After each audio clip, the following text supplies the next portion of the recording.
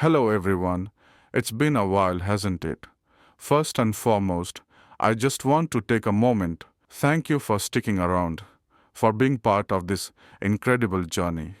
Your support and loyalty have meant the world to me, and it's because of you that I'm here today, excited to be back.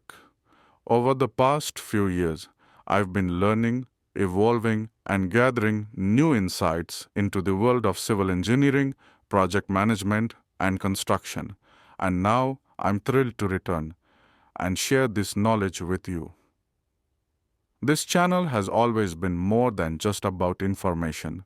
It's been about building a community, a place where professionals, enthusiasts, and learners come together to exchange ideas, learn, and grow. And I've missed that. I've missed you. So here we are, ready to dive back in. I'm more energized than ever to bring you fresh, engaging content that not only informs but also inspires. Whether you're here to learn, get a new perspective, or simply connect with like-minded people, you're in the right place. Thank you for your patience, your belief in this channel, and for sticking with me. I'm truly honored to have you with me, and I can't wait to share what's next. So, let's get started. Now, today, we're diving into a key question in the construction industry. Is a subcontractor obligated to follow the main contractor's program? At first glance, it seems like a simple yes or no answer, right? But trust me, it's a little more complex than that. Most standard construction contracts require the main contractor to submit a program of work. That's essentially the master plan for when tasks will be completed. But here's where it gets interesting. Many contracts don't mandate strict adherence to this program unless it's specifically stated.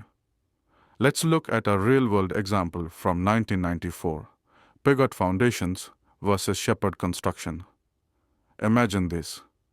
A subcontractor, Pigott Foundations, is hired to do piling work for a new 14-story office block. They start the work but hit unexpected ground conditions that slow them down. Despite having a program, the court ruled that Pigott wasn't obligated to stick to the main contractor's schedule. Instead, they were only required to complete their work reasonably in line with project progress.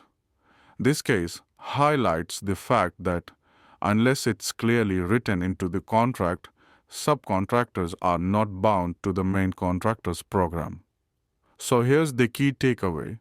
Just because a program exists doesn't mean a subcontractor has to follow it, unless the contract explicitly says so. And even when subcontractors are expected to follow the program, the main contractor has a responsibility too. They must provide proper access, resources, and support to ensure the subcontractor can meet those deadlines. In fact, in the case of Kitson Sheet Metal versus Matthew Hole, the court ruled that when the main contractor fails to provide access, it's their fault if the work isn't completed on time. Now let me ask you, if you are the subcontractor, would you prefer working with a strict program or having flexibility to adjust as challenges arise? Let me know in the comments below. Let's consider this hypothetical situation. You're a subcontractor hired to install electrical systems in a high-rise building. According to the main contractor's program, your work starts on July 1st. You've got your team and materials ready, but when July arrives, the floors aren't even framed yet. In a scenario like this, if you are required to follow the program, but the main contractor hasn't provided proper access, how are you supposed to meet that deadline?